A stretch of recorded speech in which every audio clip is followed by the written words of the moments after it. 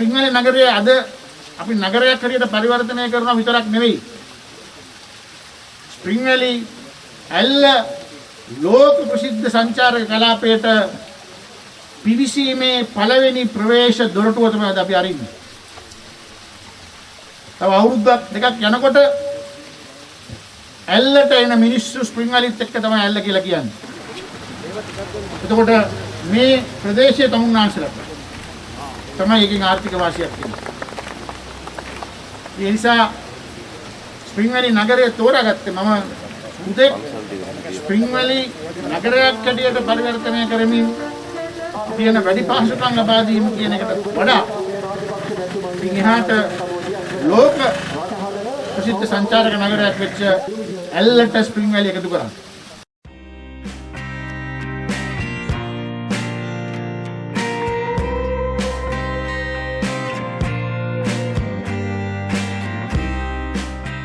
බලනකොට මේ ස්ප්‍රින්ග්වැලි සුන්දර නගරයට පහුගිය රජයේ ආණ්ඩුවෙන් ඇදුවා මේ ටොයිලට් ආයේ සෝලාර් ලයිට් ඔක්කොම ඇදුවා. එනකොට ඒක අදලා තියෙන්නේ මිනිස්සු ප්‍රයෝජනෙ නැති ස්ථාන තමයි අදලා තියෙන්නේ.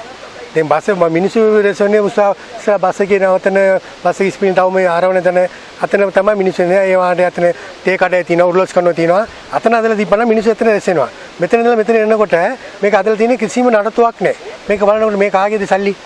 අපේ බදු වලින් අය කරපු සල්ලි තමයි මේක වියදම් කරලා තියෙන්නේ. ඒ වගේ ටොයිලට් බදක් හදලා තියෙනවා. ඒකේ තියෙන රිලව් තමයි මේක පදිංචිලා ඉන්නේ. මිනිස්සුන්ට කිසිම ප්‍රයෝජනයක් නැහැ.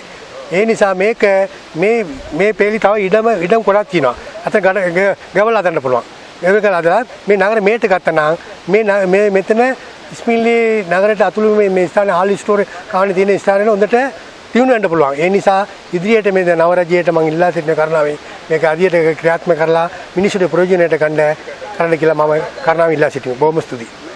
ස්ප්‍රින්ග්වැලි නගර සංවර්ධනය යටතේ ගෝඨාභය ජනාධිපතිතුමා සිටින කාලයේදී මුදල් විශාල ප්‍රමාණයක් වෙන් කරලා ගරු ඩිලාන් පෙරේරා මැතිතුමාගේ මූලිකත්වයෙන් ස්ප්‍රින්ග්වැලි නගර සංවර්ධනය සහ සංචාරක නගරයක් කිරීමේ පරමාර්ථය ඇතිව විශාල මුදලක් වෙන් කරලා කරපු සංවර්ධන යෝජනා ක්‍රමෙන් කිසිම පළක් නොලබා මේ අවස්ථාව මේ වෙනකොට පවතිනවා.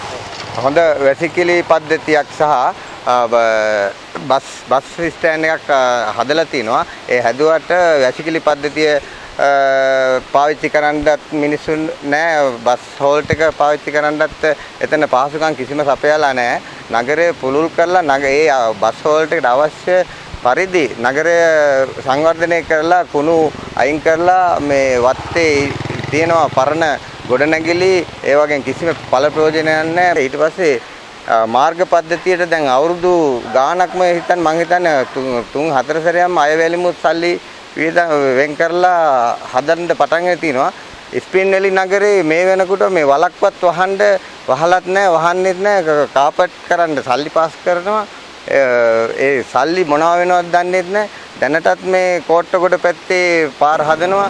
ඒකට වේවැල්ලින්න පැත්තේ පාර හදනවා. ස්ප්‍රින්ග්වැලි නගරේ කාණු ටික පද්ධතියවත් පාරවත් පුළුල් කරන්න කිසිම දෙයක් මේ වෙනකොට කරලා නැහැ. සංචාරක ආකර්ෂණයෙන් පිරි ස්ප්‍රින්ග්වැලි නගරය මම හිතන්නේ 2022 අලුත් සංකල්පයක් සියක් නගර වැඩසටහන යටතේ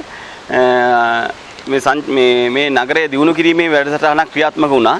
ඒ ක්‍රියාත්මක වෙච්ච වැඩසටහනදී ස්ප්‍රින්ග්වැලි නගරයෙන් ඔබට ඇවිල්ලා ස්ප්‍රින්ග්වැලි නගරයට ඇතුල් වෙන ස්ථානයේදීම විශේෂ වේදිකාවක් ඒ වගේම සූර්ය පනන පද්ධතියක් වැසිකිලි පද්ධතියත් එක්ක මේ ඒ සංකල්පයත් එක්ක මේ බස් නැවතුම් පළක් එක්ක ඒ සංකල්පය කේන්ද්‍ර කරගෙන නිර්මාණයක් ඉදි වුණා. නමුත් මේ වනතුරුත් ඒකින් ප්‍රයෝජනයක් ගන්න හැකියාව ලැබිලා නැහැ. මොකද ස්ප්‍රින්ග්වැලි නගරයෙන් ඔබට මේ ඇතුල් වෙන තැන තමයි මේ සියලුම දේවල් ඉදි කරලා තියෙන්නේ. ඉතින් වසර කිහිපයක් ගත වෙලා තිබුණත් අද වෙන විට විශාල පාරිසරික හානියක් සිද්ධ වෙලා තියෙනවා. ඇතුල් වෙන තැනම තමයි මේ විශාල කුණුවලක් තියෙන්නේ. ඉතින් ඒ වගේම අපි දැන් යෝජනා කරන්නේ මේ ඉදි කරලා තියෙන සම්පත් වලින් ප්‍රයෝජනයක් ගන්න. මොකද දැන් මේ වෙන විට මේ පහුගිය මේ දැන් වත්මන් පාලන තන්ත්‍රයත් එක්ක ස්ප්‍රින්ග්වැලි නගරය කියන එක සංචාරක නගරයක් බවට මේ තෝරාගෙන අවසන්. මේ වෙන විටත් සංචාරකයෝ පැමිණ විශේෂයෙන් විදේශිකයන්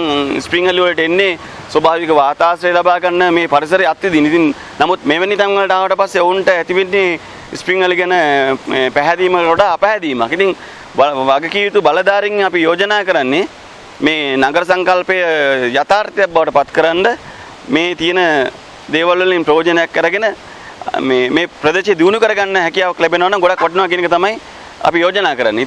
මේක අදලා තියෙනවා මේ කවුරුත් පාවිච්චි කරන්නේ නැහැ. මට සිකියුරිටි එකක් දාලා තිබුණා. එයා ඔක්කොම වැඩ ටික කරගෙන හිටියා. එයාත් දින්නේ මේක නිකන් අදලා තියෙන්නේ මේ වැඩේ. මේ බස් ස්ටෑන්ඩ් එකෙත් ඒ වැඩ තමයි කවුරුත් නැහැ පාවිච්චි කරන්න. එහෙමම තමයි තියෙන්නේ. බලු පිටියා රිලව් එහෙම තමයි එන්නේ. කවුරුත් පාවිච්චි කරන්නේ.